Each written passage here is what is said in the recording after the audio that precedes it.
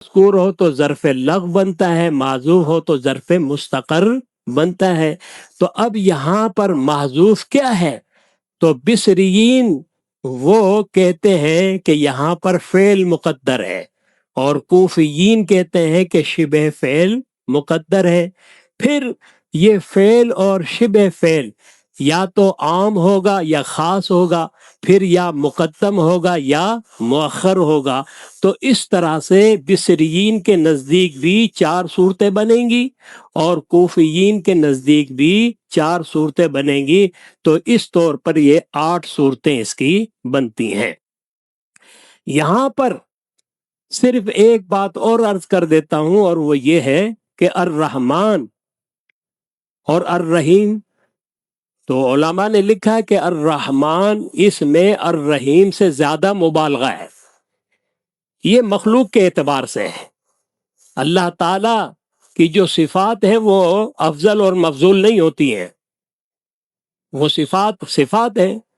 تو لہذا یہ جو الرحمن میں مبالغہ زیادہ ہے، اور ترتیب یہ ہوتی ہے کہ کم تر سے ادنا تر سے اعلیٰ تر کی طرف نکلا جاتا ہے۔ تو الرحیم پہلے آنا چاہیے تھا، الرحمن بعد میں آنا چاہیے تھا۔ تو اس کو الرحیم پر مقدم کیوں کیا ہے، اس کی کیا وجہ ہے؟ تو علماء نے لکھا ہے کہ اللہ یہ تو اسم ذات ہے، اور الرحمن یہ اسم صفات ہے، لیکن یہ مشابہ ہے اسم ذات کے، اس لیے اس کو مقدم کیا گیا۔ اب یہ جو مشابہ ہے اسم ذات کے، اس لیے اسے مقدم کیا گیا، تو یوں سمجھنا چاہیے کہ الرحمن یہ خاص اللفظ ہے اور عام المعنی ہے۔ خاص اللفظ کا مطلب یہ ہے کہ اس کا اطلاق اللہ تعالیٰ کے سوا دوسرے پر نہیں ہوتا، اور الرحیم یہ عام اللفظ ہے اور خاص المعنی ہے، یعنی اس کا اطلاق دوسروں پر بھی ہوتا ہے۔ تو آپ نے قرآن پاک میں یہ پڑھا ہے کہ نبی کریم صلی اللہ علیہ وسلم کے لیے اللہ تعالیٰ نے فرمایا بالمؤمنین رؤوف الرحیم۔ تو دیکھو رحیم کا اطلاق نبی کریم صلی اللہ علیہ وسلم پر ہوا ہے، لیکن الرحمن کا اطلاق اللہ کے سوا دوسرے پر نہیں ہوتا، کیونکہ وہ خاص اللفظ ہے اور عام المعنی ہے۔ اب یہاں سے اس بات کو بھی سمجھ لینا چاہیے کہ بعض حضرات کو شرک کا فوبیا ہے، اور وہ بات بات پر جو ہے وہ شرک کا فتویٰ جڑ دیتے ہیں، حالانکہ شرک یہ سب سے بڑا جرم ہے، اور جتنا بڑا جرم ہوگا اس کا ثبوت بھی اتنا بڑا ہونا چاہیے۔ اب لوگوں نے کیا کیا کہ قبروں پر پھول ڈالنا اس کو بھی شرک بنا دیا۔ ارے بھائی کہاں شرک اتنا بڑا جرم، اور کہاں چھوٹی سی بات کے قبر پر پھول ڈالنا۔ تم جو شرک بہت بڑا جرم ہے تو ثبوت بھی بہت بڑا ہونا چاہیے، اور وہ یہی ہے کہ اللہ تعالیٰ کی ذات و صفات میں کسی دوسرے کو شریک کرنا یہ شرک ہے، نہ کہ قبروں پر پھول ڈالنا اس کو آپ شرک کہہ رہے ہیں۔ تو بہرحال اب رحیم اللہ تعالیٰ کا نام بھی ہے صفاتی، جیسے یہاں آیا بسم اللہ الرحمن الرحیم، تو رسول اللہ کے لیے خود قرآن میں آیا کہ آپ رحیم ہیں اور رؤوف بھی ہیں، اور اللہ تعالیٰ کے لیے بھی رؤوف صفاتی نام آیا ہے۔ اللہ تعالیٰ کے لیے فرمایا بالناس لرؤوف الرحیم، بالناس لرؤوف الرحیم، تو وہاں پر بھی اللہ تعالیٰ کے لیے یہاں پر رؤوف بھی آیا ہے اور رحیم بھی آیا ہے۔ تو اب یہ شرک نہیں ہے، کیونکہ شرک کے لیے صرف شراکت لفظی نہیں بلکہ شراکت معنوی ہونا بھی ضروری ہے۔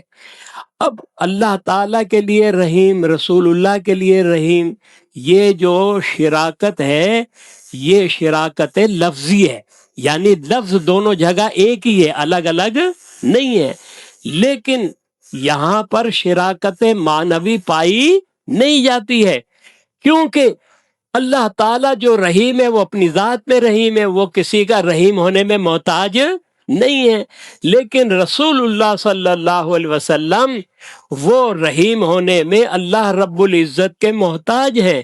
اللہ نے ان کو رحیم بنایا تو وہ رحیم بنے ہیں، اور اللہ تعالیٰ کو رحیم بنانے والا کوئی بھی نہیں ہے، وہ اپنی ذات سے رحیم ہے۔ تو دونوں میں برابری معنی میں نہیں ہے۔ اللہ تعالیٰ کا رحیم ہونا قدیم ہے، رسول اللہ کا رحیم ہونا حادث ہے، تو دونوں میں زمین و آسمان کا فرق ہے، لہذا شرک لازم نہیں آئے گا۔ ہاں وہی معنی جو اللہ تعالیٰ کے لیے ہے وہی معنی رسول اللہ کے لیے اگر مانا جائے گا تو یہ شرک ہوگا۔ تو یہ ایک بات تھی جو آپ کے گوش گزار کر دی۔ اب دیکھیے میں بتاتا ہوں کہ الرحمن یہ مشابہ ذات اسم ذات ہے۔ وہ کیسے؟ اب آپ دیکھیں اللہ تعالیٰ کے کتنے صفاتی نام ہیں، 99 تو مشہور ہیں جو حدیث پاک میں آئے، اور ہزارہا نام ہیں اللہ تعالیٰ کے صفاتی، اور اتنے نام ہیں کہ ہمیں پتہ بھی نہیں ہے۔ اب آپ غور کریں کہ اللہ تعالیٰ نے پرندوں کا ذکر کیا، پرندے جو ہوا میں فضا میں اڑتے ہیں۔ اب پرندہ چھوٹا ہو بڑا ہو بہرحال وزنی ہوتا ہے، اور فطرت کیا ہے کہ وزنی چیز جو اوپر ہوتی ہے وہ نیچے آتی ہے، لیکن کوئی پرندہ بھی نیچے نہیں آتا ہے، گرتا نہیں ہے، وہ خود اترنا چاہے تو اترتا ہے، اور وہ فضا میں اڑتا رہتا ہے۔ تو یہ فضا میں ان کو کون سنبھالے ہوئے ہے، کون تھامے ہوئے ہے؟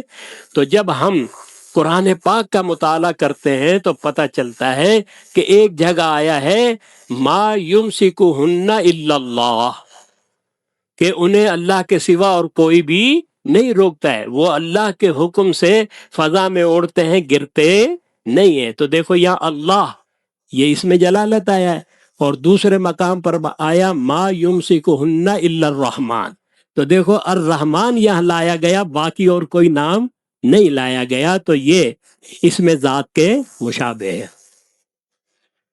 بابن بابو باب، جب عبارت پڑھیں تو یوں پڑھیں گے آپ تاکہ سننے والوں کو پتہ چل جائے کہ یہ بابن بھی پڑھا جا سکتا ہے، اور بابو بھی پڑھا جا سکتا ہے، اور باب بھی پڑھا جا سکتا ہے، بلکہ بعض نے تو بابا بھی لکھا ہے کہ بابا بھی پڑھا جا سکتا ہے۔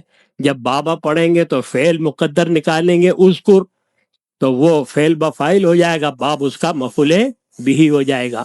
تو بہرحال بابن مرفوع تنوین کے ساتھ، پھر یہ خبر ہو جائے گی مبتدا محذوف کی، اور بابو یہ مضاف ہوگا مرفوع ہوگا، اور ما بعد جملہ اس مضاف الیہ ہوگا۔ اور باب جب پڑھیں گے تو علماء نے لکھا کہ یہ اسماء معدودہ کی قبیل سے ہوگا، اور یہ مبنی علی السکون ہے، یہ مبنی علی السکون ہے، لیکن یاد رکھیں کہ یہ جو مبنی علی السکون ہے یہ حقیقی نہیں ہے، بلکہ اسلوبی ہے یا حکمی ہے، اسلوبی ہے یا حکمی ہے، یعنی یہ مبنی علی السکون جو اسماء مبنیہ ہیں ان کی بنیاد پر نہیں ہے، کیونکہ باب جو ہے اس پر تو آپ جانتے ہیں کہ بابن بھی آتا ہے، بابن بھی آتا ہے، بابن بھی آتا ہے، لیکن جو مبنی ہوتا ہے وہ جس پر مبنی ہوتا ہے بس وہی رہتا ہے، دوسرا نہیں۔ جیسے کم ہے تو کم ہی رہے گا، سمجھے نا، یہ نہیں ہوگا کہ کمن بن جائے، کمن بن جائے، کمن بن جائے، وہ کم ہی رہے گا۔ تو یہ مبنی علی السکون حقیقی نہیں ہے بلکہ اسلوبی ہے اور حکمی ہے۔ یہ جب باب پڑھیں گے تو اس کا مطلب ہوگا یہ جملے سے خارج ہے، یہ جملے سے خارج ہے۔ جیسے آپ چیپٹر بولتے ہیں، چیپٹر وہ جملے سے جو مضمون ہے اس سے خارج ہوتا ہے، پھر آگے جو مضمون ہوتا ہے وہ مضمون ہوتا ہے، تو یہ صورت اس کی ہوتی ہے۔ تو بہرحال یہاں پر آگے کیفا آیا ہے، کیفا یہ اصل میں استفہام کے لیے، اصل میں استفہام کے لیے، اور کبھی شرط کے معنی میں بھی آتا ہے، کبھی شرط کے معنی میں آتا ہے، لیکن اصل میں یہ استفہام کے لیے۔ پھر جب یہ استفہام کے لیے ہے، اور کانا پر علماء نے لکھا ہے کہ یہ فعل ناقص بھی ہو سکتا ہے، فعل تام بھی ہو سکتا ہے، لیکن راجح یہ ہے کہ اسے فعل ناقص مانا جائے۔ جب فعل ناقص اسے مانا جائے گا تو کیفا یہ خبر مقدم ہوگی، کیفا خبر مقدم ہوگی، اور جب تام مانا جائے گا تو پھر یہ خبر نہیں بنے گا بلکہ یہ حال بنے گا، یہ صورت ہوگی۔ اور بعض نسخوں میں یہاں تو بدء الوحی ہے، یہ اسم ہے کانا کا، ٹھیک ہے نا، تو بدء الوحی ہے، لیکن بعض نسخوں میں بدون آیا ہے، تو بدون کا معنی ظہور کے ہے اور بدء کا معنی آغاز اور ابتدا کے ہے، یہ دونوں لفظ آئے ہیں۔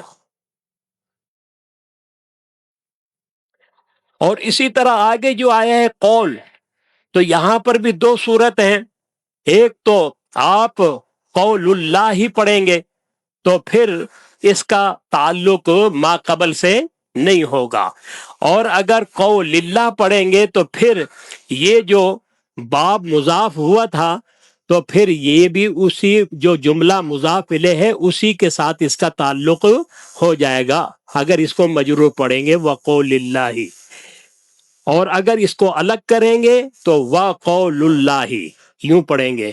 عز و جل، تو بعض نسخوں میں یہی آیا جیسا کہ یہاں ہے عز و جل، اور بعض نسخوں میں سبحانہ آیا ہے، اور بعض نسخوں میں اس کی جگہ پر اور لفظ بھی آیا ہے، سبحانہ یہ لفظ آیا ہے اور یہاں عز و جل ہے۔ آگے جو آیت لے کر آئے ہیں انا اوحینا، تو پہلے میں اس کا ترجمہ کر دیتا ہوں۔ یہ رسول اللہ صلی اللہ تعالی علیہ وسلم کی طرف وحی کے آغاز کرنے کی کیفیت کا ایک باب ہے۔ یہ رسول اللہ صلی اللہ تعالی علیہ وسلم کی طرف وحی کا آغاز یا ابتدا کرنے کی کیفیت کا ایک باب ہے، اور رسول اللہ صلی اللہ تعالی علیہ وسلم کے فرمان کے فہم کی کیفیت کا ایک باب ہے۔ اور یہ فرمان کیا ہے؟ بے شک ہم نے وحی کی آپ کی طرف اے محمد صلی اللہ تعالی علیہ وسلم، جیسے ہم نے وحی کی نوح علیہ السلام اور ان کے بعد جتنے بھی انبیاء ہیں ان کی طرف۔ تو یہاں پر یہ علماء نے لکھا ہے کہ اصل بات یہ ہے کہ یہودیوں نے اعتراض کیا تھا کہ ہم محمد صلی اللہ علیہ وسلم کی نبوت اور رسالت کو نہیں مانیں گے کیونکہ موسیٰ علیہ السلام کی طرح ان پر یک بارگی قرآن نازل نہیں ہوا بلکہ تھوڑا تھوڑا ہوتا ہے۔ تو یہاں ان کا رد کیا جا رہا ہے کہ وحی کے ہونے میں آپ اور دوسرے جو انبیاء ہیں وہ برابر ہیں کہ ان پر بھی اللہ نے وحی نازل کی ہے اور آپ پر بھی اللہ نے وحی نازل کی ہے۔ تو موسیٰ علیہ السلام کے علاوہ اور بھی تو انبیاء ہیں جن پر اللہ نے وحی نازل کی، لیکن یک بارگی ان پر یہ کتاب نازل نہیں کی، اور تم ان کو مانتے ہو اور یہاں رسول اللہ صلی اللہ علیہ وسلم کا انکار کرتے ہو، تو یہ عناد اور ہٹ دھرمی کے سوا اور کچھ بھی نہیں ہے، ان کا رد کیا گیا ہے۔ آگے حدیث شروع ہو رہی ہے، تو علماء نے لکھا ہے کہ جب بھی حدثنا آئے یا اخبرنا آئے یا حدثنی آئے یا اخبرنی آئے تو وہاں پر قالا پڑھنا چاہیے، اگرچہ لکھا ہوا نہ ہو، قالا پڑھنا چاہیے۔ تو جیسے ہم کہیں گے قالا حدثنا الحمیدی، صحیح ہے نا، یعنی امام بخاری نے کہا۔ قالا کا فاعل کون ہوگا؟ امام بخاری، امام بخاری نے کہا۔ تو حمیدی ان کا نام جو ہے عبداللہ بن زبیر ہے اور کنیت ابو بکر ہے، اور یہ استاد ہیں امام بخاری رحمت اللہ تعالی علیہ کے۔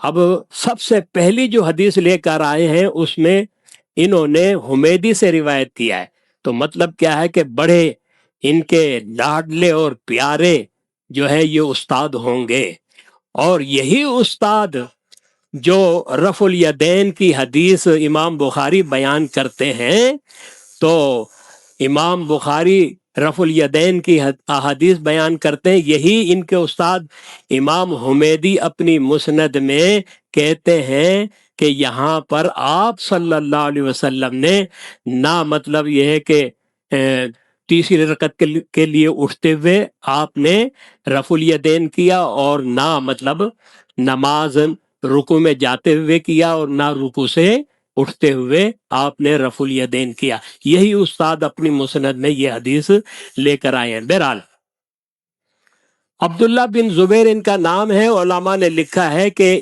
صحاح ستہ میں عبداللہ بن زبیر نام کے 3 راوی ہیں۔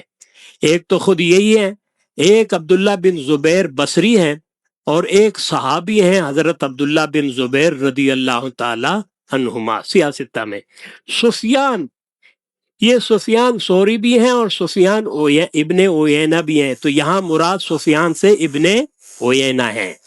سفیان کو 3 طرح سے پڑھا جاتا ہے، یعنی سفیان یہ مشہور ہے، اور سفیان بھی پڑھ سکتے ہیں، سفیان بھی پڑھ سکتے ہیں۔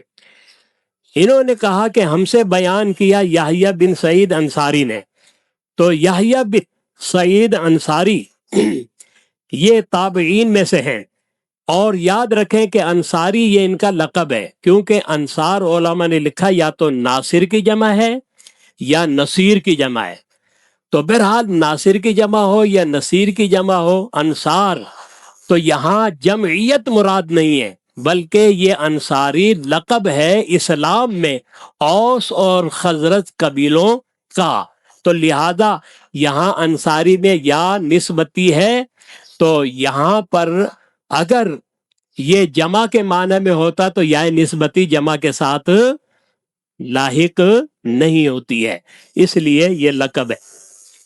انہوں نے کہا کہ مجھے خبر دی، تو ایک نسخے میں یہی ہے اخبرانی جیسے یہاں نظر آ رہا ہے، اور بعض نسخوں میں اخبرانہ ہے۔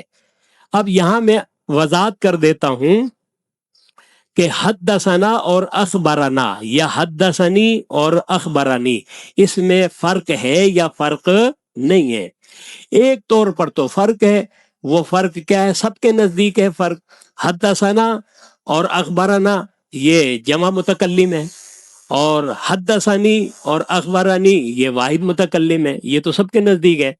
لیکن جو تحمل حدیث ہے، حدیث کو جو روایت کیا جاتا ہے اس کا جو طریقہ ہے اس میں تھوڑا سا اختلاف ہے۔ امام بخاری رحمت اللہ تعالی علیہ کے نزدیک حدثنا اور اخبرنا برابر ہے، مترادف ہے، یعنی جو حدثنا ہے وہی اخبرنا ہے، جو اخبرنا ہے وہی حدثنا ہے۔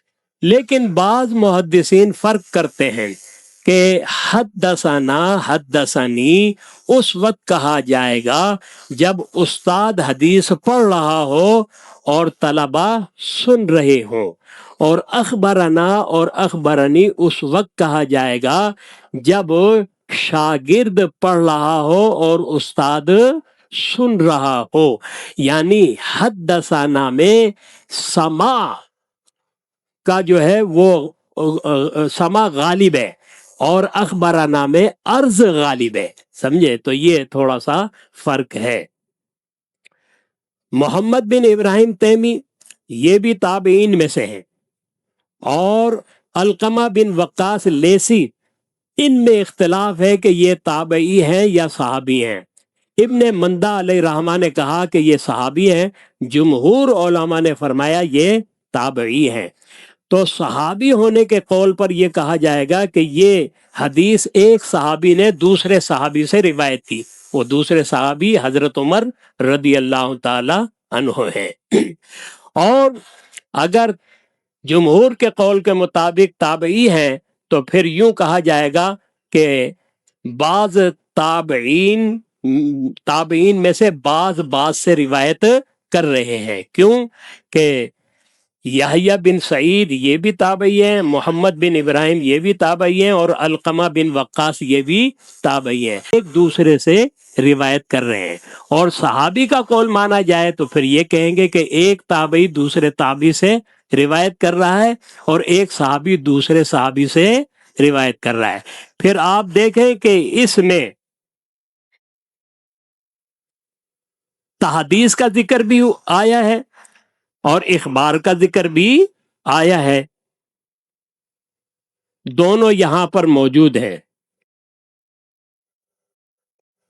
حضرت عمر بن خطاب رضی اللہ تعالی، علقمہ بن وقاص کے بارے میں علماء نے لکھا ہے کہ سیاہ ستہ میں بس یہ ایک ہی راوی ہے اس نام کے، دوسرا اور کوئی راوی نہیں۔ اور عمر بن خطاب رضی اللہ تعالی عنہ اس نام کے یہ ایک ہی صحابی ہیں، دوسرا کوئی صحابی عمر بن خطاب نام کا نہیں ہے۔ عمر نام کے تو ہیں لیکن عمر بن خطاب نام کا کوئی دوسرا صحابی نہیں ہے۔ تو بہرحال ترجمہ سن لیجئے۔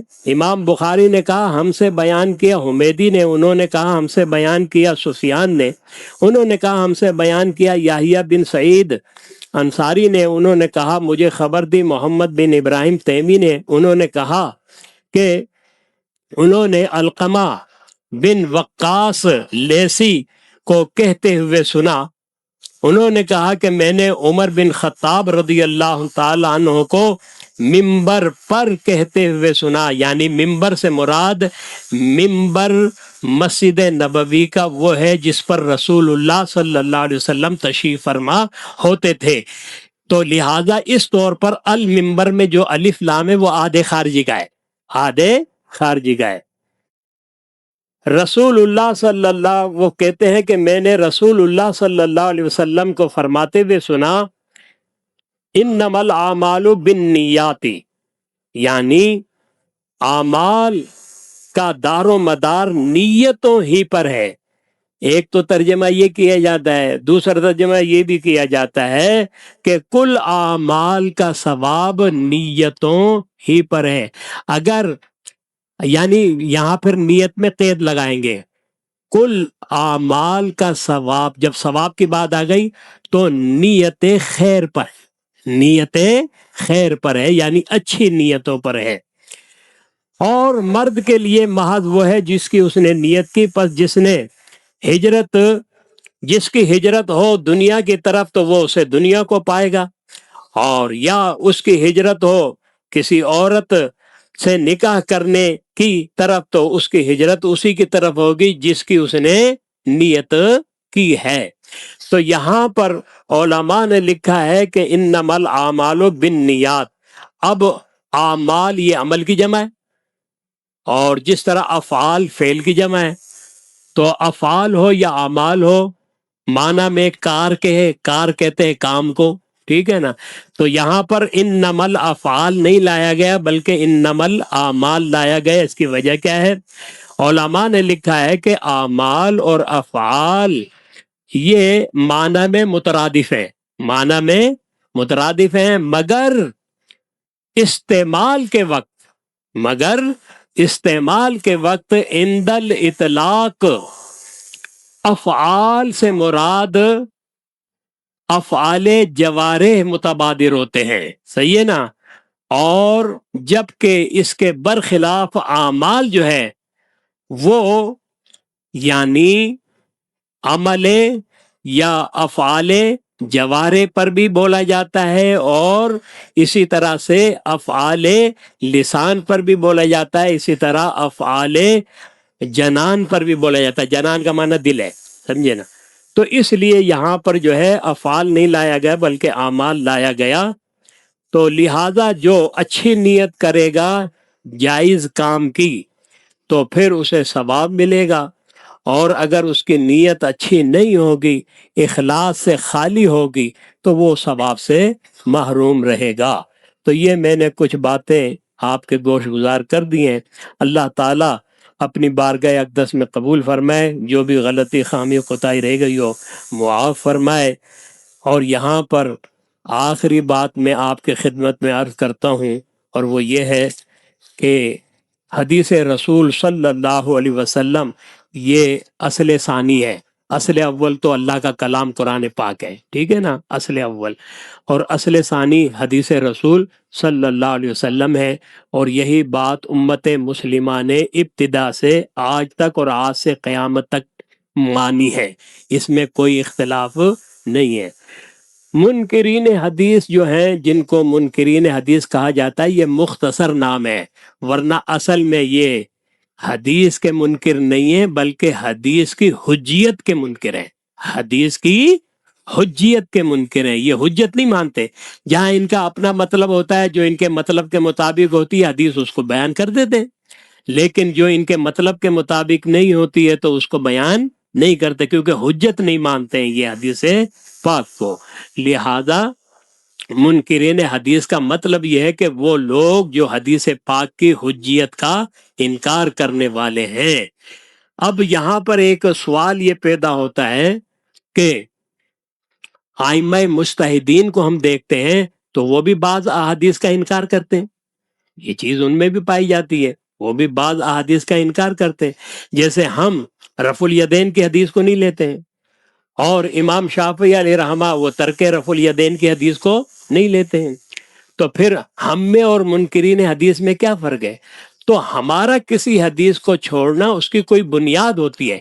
ہم حدیث کی حجیت کو مانتے ہیں، ہر حدیث کی حجیت کو مانتے ہیں، لیکن چھوڑنا جو ہے اس کی ایک بنیاد ہوتی ہے. کیونکہ بعض ائمہ کے نزدیک کوئی ناسخ ہے، کوئی منسوخ ہے، تو وہ منسوخ کو نہیں لے گا، لیکن اس میں اختلاف ہے، بعض کے نزدیک جو منسوخ ہے دوسرے کے نزدیک منسوخ نہیں ہے.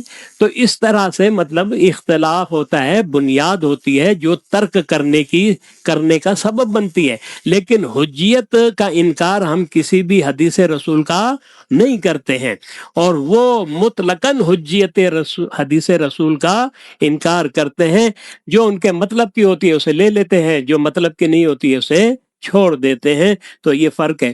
پھر ان کا یہ کہنا کہ یہ تو فاروق اعظم رضی اللہ تعالی عنہ نے فرمایا ہے کہ ہمارے لیے قرآن ہی کافی ہے، ہمارے لیے قرآن ہی کافی ہے. تو استدلال کرنا حضرت فاروق اعظم رضی اللہ تعالی عنہ کی حدیث سے یہ بڑی عجیب و غریب بات ہے. تم حدیث رسول صلی اللہ علیہ وسلم کو تو حجت مانتے نہیں ہو، اور قول فاروق اعظم رضی اللہ تعالی عنہ کو حجت مان رہے ہو، اور دلیل لا رہے ہو کہ انہوں نے یہ کہا ہے کہ قرآن پاک ہی ہمارے لیے کافی ہے. لہذا اس سے نتیجہ یہ نکلا حدیث پاک کی کوئی حاجت نہیں ہے. نعوذ باللہ من ذالک. جن کے قول سے تم دلیل پکڑ رہے ہو تو وہ تو خود حدیث پاک کی حجیت کے قائل ہیں، تو کس طرح سے تم ان کے قول سے استدلال کر رہے ہو؟ آخری بات اس سلسلے میں یہ ہے کہ یہ کہتے ہیں کہ جناب جو صحیح احادیث تھی ان میں گھڑی ہوئی حدیثیں ملا دی گئیں، ان میں گھڑی ہوئی حدیثیں ملا دی گئی، اس لیے حدیث پاک کا کوئی اعتبار نہیں ہے. حالانکہ جو بات حدیث کی حجیت کو ثابت کر رہی ہے اسی بات کو لے کر یہ حدیث کی حجیت کا انکار کر رہے ہیں. وہ کیسے؟ کرنسی ہے، پاکستان کی کرنسی ہے، ایک جعلی ہے ایک اصلی ہے. تو جو اصلی کرنسی ہے اگر اس کی ویلیو نہ ہوتی، اس کی قدر و قیمت نہ ہوتی، تو پھر جعلی کرنسی بنانے کی کیا ضرورت تھی؟ سمجھ میں ہی بات. بھائی اصلی کرنسی کی ویلیو ہے، قدر و قیمت ہے، جبھی تو جعلی کرنسی بناتے ہیں تاکہ وہ چلائیں. تو پتہ یہ چلا کہ جو گھڑی ہوئی حدیثیں بنائی گئی ہیں اور پھیلائی گئی ہیں، ملائی گئی ہیں، تو اس سے یہ پتہ چلا کہ اصلی حدیث کی قدر و قیمت ہے، منزلت ہے، اہمیت ہے، ضرورت ہے. اسی بنیاد پر تو گھڑ کر حدیثیں پھیلائی گئی ہیں. اگر یہ چیز نہ ہوتی تو پھر گھڑنے کی کیا ضرورت تھی؟ تو جو چیز ثابت کر رہی ہے اصل حدیث رسول کی حجیت کو، ضرورت کو، اہمیت کو، اسی چیز کو لے کر یہ رد کر رہے ہیں ان احادیث کریمہ کا جو ثابت ہیں رسول اللہ صلی اللہ تعالی علیہ وسلم سے. اللہ تعالی ہمیں ہر بد مذہب کی بد مذہبی سے، ہر شریر کے شر سے محفوظ و مامون فرمائے. وآخر دعوانا الحمد للہ رب العالمین. الحمدللہ ثم الحمدللہ. جیسے میں نے شروع میں کہا، آپ یہاں توجہ کریں کہ ایک تو بخاری شریف کی برکات اور ایک ہمارے بزرگوں کی برکات، تو انشاءاللہ برکات در برکات ہو جائیں گی. تو اسی کا ہم نے عملی طور پر مظاہرہ بھی کیا. طلباء خاص کر کے توجہ کریں کہ الحمدللہ باقی اسباق جو ہیں اس کا افتتاح تو ہو چکا تھا، پہلے ہی اسباق پڑھائے جا رہے تھے، لیکن حضرت کی برکات ہمیں یہ ملی کہ نئے سر سے ہر فن کا افتتاح ہو گیا۔ آپ نے اگر غور کیا ہو کہ جب حضرت نے مسند اور مرفوع پر بات کی تو اصول حدیث بیان ہو گیا، اور ان کے درمیان جب نسبت کی بات کی تو یہ منطق کی بات آ گئی، پھر جب اعراب اور محذوف کی بات کی تو یہاں نحو کی بات ہو گئی۔ اسی طریقے سے راویوں پر آیا تابعی ہیں یا صحابی ہیں تو اسماء رجال کی بات ہو گئی۔ المختصر اس کے اندر کئی ایسے فنون ہیں کہ جن کا افتتاح ہو گیا، یہ ہے بزرگوں کی برکات۔ تو الحمدللہ جو سبق پہلے شروع ہو چکے تھے تو دوبارہ ان کا بھی افتتاح ہو چکا ہے۔ اللہ تبارک و تعالی ایسے علماء کا اہل سنت و جماعت پر تا دیر سایہ قائم اور دائم رکھے۔ ہمارے کئی مہمان آئے، علماء کرام بھی آئے، مفتیان کرام، مدرسے کے محتمم حضرات، ہم سب کا دل سے شکریہ ادا کرتے ہیں، سب کے شکر گزار ہیں۔ اب جو ہمارا سالانہ امتحان تھا اس کا جو پوزیشن ہولڈر ہیں بس اس کا نام لیا جائے گا۔ میں ادارے کے اساتذہ جو باہر سے آئے ہوئے مہمان ہیں سب سے گزارش کروں گا کہ باری باری اپنی برکات سے طلباء کو نوازیں۔ مختصر پچھلے سال کے جو درجے تھے اس اعتبار سے نام ہوگا، ورنہ اس اعتبار سے تو اولا ثانیہ بن چکا ہے، ثانیہ ثالثہ، لیکن پچھلے سال کا جو امتحان سالانہ رزلٹ ہے درجہ، اس میں جو ہمارے مہمان حضرات ہیں یا باہر کے ہیں کچھ طلباء موجود نہیں ہوں گے کیونکہ اسکول کے امتحان چل رہے ہیں، تو وہ امتحانوں کی وجہ سے کچھ جو باہر سے طلباء یہاں نہیں ہے تو نہیں پہنچے ہیں، تو ہو سکتا ہے کہ کوئی پوزیشن والا نہ بھی ہو۔ ہم حفظ سے شروع کرتے ہیں، اگر حفظ کے طلباء ہیں تو حفظ کا جو قاری عبد القدوس کی کلاس تھی اس میں جو تیسری پوزیشن ہے وہ ہے محمد احسان کی، وہ آئیں اور اپنا انعام لے لیں۔ کتابیں ہیں سب کے لیے پڑھنی ہے، بولیے سبحان اللہ۔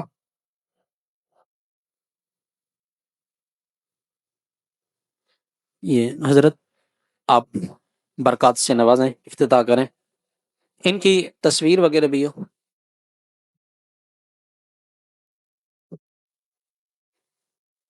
محمد احسان حفظ کے، اس میں یہاں آ جائیں، بیچ میں آ جائیں آپ، یہاں ٹھیک سوا، اور جلدی بس آئیں۔ دوسری پوزیشن ہے محمد عبداللہ کی، محمد عبداللہ اقبال، اور پہلی پوزیشن ہے وہ بھی عبداللہ نام ہے، اگر وہ ہیں تو آ جائیں۔ حفظ کا جو دوسری کلاس ہے اس کی جو تیسری پوزیشن ہے، تیسری، وہ عبد الرؤوف، عبد الرؤوف، جلدی آ جائیں، ماشاء اللہ سبحان اللہ۔ اور دوسری پوزیشن ہے آفتاب احمد، ماشاء اللہ دونوں بھائی ہیں، ماشاء اللہ۔ اور تیسری پوزیشن ہے سید سبتین، جلدی آ جائیں ماشاء اللہ۔ اب درس نظامی کی درجہ اولا، آپ آ جائیں حضرت، برکات سے نوازیں طلباء، آ جائیں آ جائیں آ جائیں آ جائیں حضرت، آ جائیں خوشنود بھائی، آ جائیں۔ یہ میں وہاں ہی کھڑا رہوں تاکہ مائک کا مسئلہ نہ ہو۔ درجہ اولا کی تیسری پوزیشن ہے محمد کونین، اور دوسری پوزیشن ہے حاشر الدین، بلکہ حاشر، اور پہلی پوزیشن وہ موجود نہیں ہے۔ درجہ ثانیہ اس کی تیسری پوزیشن ہے محمد عیسیٰ، آپ آ جائیں اساتذہ جو ادارے کو آ جائیں۔ اور دوسری پوزیشن ہے رستم علی، اور پہلی پوزیشن ہے رسول بخش۔ درجہ ثالثہ آ جائیں رسول بخش،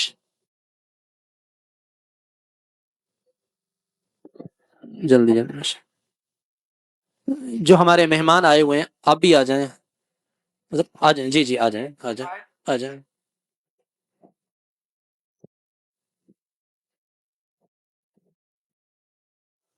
درجہ ثالثہ ہو گیا۔ درجہ ثالثہ کی تیسری پوزیشن ہے عبد التواب. آ جائیں عبد التواب. آپ کو مل جائے.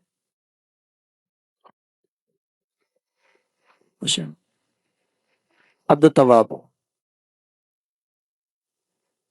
اور دوسری پوزیشن محمد راشد، اس کا امتحان ہے. پہلی پوزیشن ہے عبد الحنان. ماشاء اللہ، بولیے سبحان اللہ. درجہ رابعہ. تیسری پوزیشن ہے محمد خان.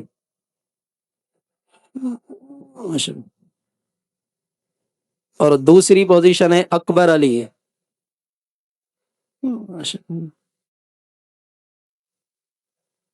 اور پہلی پوزیشن ہے عابد علی. درجہ رابعہ. ماشاء اللہ، عابد علی. درجہ خامسہ. تیسری پوزیشن ہے محمد نفیس. آ جائیں اساتذہ، آ جائیں. حضرت علامہ منیر احمد صاحب، علامہ اعجاز صاحب، علامہ محمد ریحان صاحب، علامہ محمد عرس صاحب، ہمارے سر نذیر صاحب. آ جائیں، آ جائیں، باری باری. درجہ خامسہ تیسری محمد نفیس، دوسری محمد صدیق. محمد صدیق. آ جائیں. صدیق. باری باری ایک ایک کی برکات لیتے رہیں. محمد صدیق. اور تیسری پہلی پوزیشن ہے شیراز علی. ماشاء اللہ، بولیے سبحان اللہ.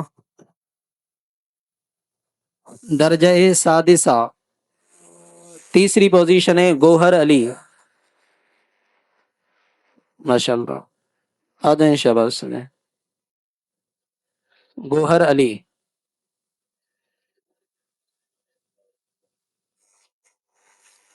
اور دوسری پوزیشن محمد اسماعیل، اس کا ہے محمد اسماعیل. ہاں ٹھیک ہے، ماشاء اللہ. درجہ سادسہ کی پہلی پوزیشن ہے نیاز علی. نیاز علی. نہیں، اب جو سابعہ کلاس تھی اور اس دفعہ دو حدیث بن چکی ہے، وہ حضرت کی ہاتھوں سے، حضرت کے ہاتھوں سے برکات حاصل کرے. دور حدیث والے. اس میں سے تیسری پوزیشن ہے عبد الفتاح.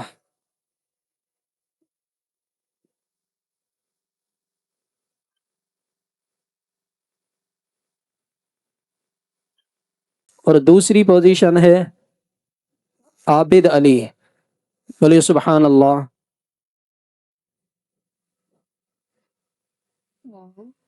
اور پہلی پوزیشن ہے عبد السبحان. ماشاء اللہ. اور ہماری ایک کمیٹی بنی ہوئی ہے بزم طوبہ، ان کے صدر پچھلے سال مقرر ہوئے، اچھے طریقے سے بزم کو چلا رہے ہیں اور کافی تبدیلی نظر آئی ہے. اس کا حوصلہ افزائی کرنے کے لیے عاشق علی حضرت.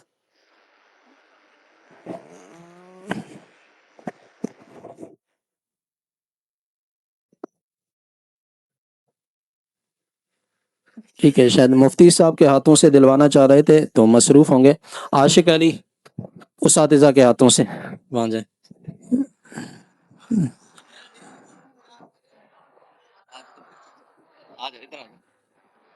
چلو میں ہی دے دیتا ہوں.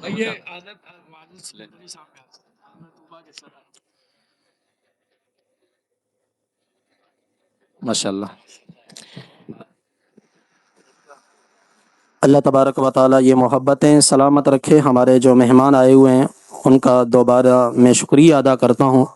اگر آپ کی محبتیں رہی ادارے کے ساتھ، انشاءاللہ اس ادارے کی بہاریں اور نکھر کے آ جائیں گی اور رونقیں ہوں گی. اللہ تبارک و تعالیٰ تمام کو عزتوں عظمتوں سے نوازے. اب آپ کھڑے ہو جائیں صلاۃ و سلام کے لیے. حضرت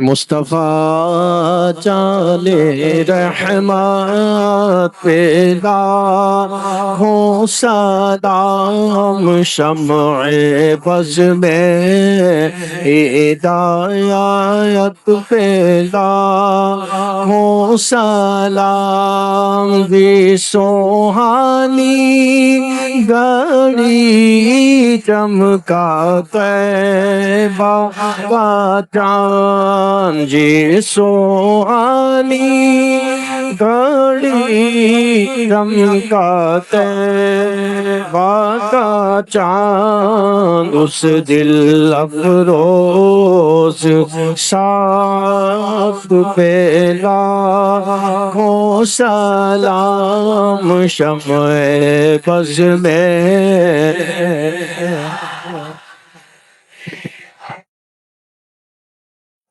جس طرف اٹھ گئی دم میں دم آ گیا جس طرف اٹھ گئی دم میں دم آ گیا اس نگاہ عنایت پہ لاکھوں سلام مصطفیٰ جان رحمت پہ لاکھوں سلام شمع بز میں ہدایت پہ غوث اعظم امام التقی والنقی غوث اعظم امام التقی والنقی جلوہ شان قدرت پہ لاکھوں سلام شمع بز میں کاش محشر میں جب ان کی آمد ہو اور بھیجے سب ان کی شوقت پہ لاکھوں سلام مجھ سے خدمت کے قدسی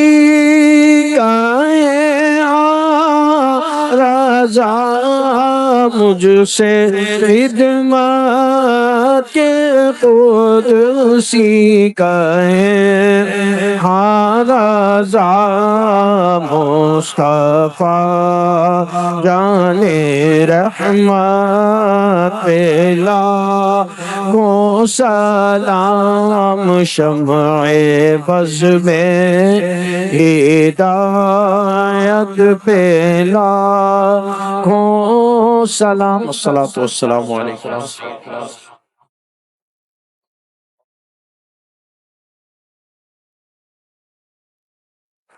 بسم اللہ الرحمن الرحیم صلی اللہ سیدنا مولانا محمد مبارک وسلم رب اشرح لی صدری ویسر لی امری واحلل عقدۃ من لسانی یفقهوا قولی فسهل یا الہی کل صعب بحرمت سید الابرار سہل یا رب کریم یا رحم الراحمین ہم سب کی حاضری کو شرف قبول عطا فرما مولا کریم اس مبارک محفل کو اپنی بارگاہ میں شرف قبول عطا فرما برکتوں والی سعادتوں والی اس محفل کی طفیل مولا کریم آقا کریم صلی اللہ تعالی علیہ وسلم کی حدیث پاک کی درس کی برکت سے ہم سب کی بخشش و مغفرت فرما دے ہماری ہمارے والدین کی ہمارے آبا و اجداد اساتذہ کرام مشائخ عظام دوست احباب اور رشتہ دار متعلقین محبین تمام مسلمانوں کی بخشش و مغفرت فرما مولا کریم گھروں میں اسپتالوں میں جہاں کہیں بیمار ہیں سب کو شفاء کاملہ عطا فرما مولا کریم حاضرین میں سے جو بیمار ہیں سب کو شفاء کاملہ عطا فرما مولا کریم ان حاضرین کے اہل و عیال میں گھروں میں جو بیمار ہیں انہیں بھی شفاء کاملہ عطا فرما امت مسلمہ کے حال پہ خصوصی فضل و کرم فرما مولا کریم بالخصوص ہمارے اس درسگاہ کو خوب ترقی اور کامیابی عطا فرما میرے مولا اس کے ذمہ داروں کو دونوں جہاں میں شاد و آباد فرما، ان کی کاوشوں کو شرف قبولیت عطا فرما، خصوصاً بالخصوص مفتی وقار صاحب کی کاوشوں کو شرف قبولیت عطا فرما۔ قبلہ استاد محترم استاد ابو بکر صدیق صاحب، ان کا سایہ اہل سنت پر سایہ عافیت اہل سنت پر قائم و دائم فرما۔ میرے مولا ان کی دیگر اساتذہ کرام اور یہاں کے ذمہ داران، ان کے معاونین کی کاوشوں کو شرف قبولیت عطا فرما۔ مولا کریم ان طلباء کو دونوں جہاں میں کامیابی عطا فرما، استقامت عطا فرما، خصوصاً بالخصوص جو دورہ حدیث کے طلباء جن کے اسباق کا آغاز ہوا ہے، مولا کریم حدیث پاک کے درس کی برکت سے انہیں تقوی کی دولت سے مزین فرما دے، شیطان کے ہر شر سے انہیں محفوظ فرما۔ مولا کریم انہیں ظاہری اور باطنی علوم کی دولت لازوال دولت سے مالا مال فرما۔ مولا کریم دین اسلام کا سچا انہیں خادم بنا دے، بعمل عالم دین بنا دے، مفتی اسلام بنا دے، شریعت کا سچا تابعدار اور سچا خادم بنا دے، دین و مسلک پہ استقامت عطا فرما۔ میرے مولا ان کی تمام پریشانیوں کو دور فرما دے، میرے مولا ان کی تمام مشکلات کو حل فرما دے، میرے مولا اس درسگاہ میں پڑھنے والے تمام طلباء کو کامیابی عطا فرما، اہل سنت کے تمام مدارس میں پڑھنے والے تمام طلباء کو دونوں جہاں کی کامیابیوں سے سرفراز فرما دے۔ میرے مولا جتنے بھی حاضرین جو تمنائیں مرادیں حسرتیں لیے کھڑے ہیں، سب کی جائز مرادوں کو پورا فرما دے، تمام کی کاوشوں کو قبول فرما دے۔ میرے مولا بالخصوص عالم اسلام کی خیر فرما دے، اسلام کو ہر قسم کی فتنوں سے فسادات سے محفوظ فرما دے، عالم اسلام کے خلاف کفر کی تمام سازشوں کو ناکام فرما دے، فلسطین کے مظلوموں کی غیب سے مدد فرما دے، ہمارے اس علاقے، شہر، صوبے اور ملک کو امن کا گہوارہ بنا دے، امن اور استحکام عطا فرما دے، اندرونی بیرونی ہر قسم کی سازشوں سے محفوظ فرما، اسلام کا بول بالا فرما۔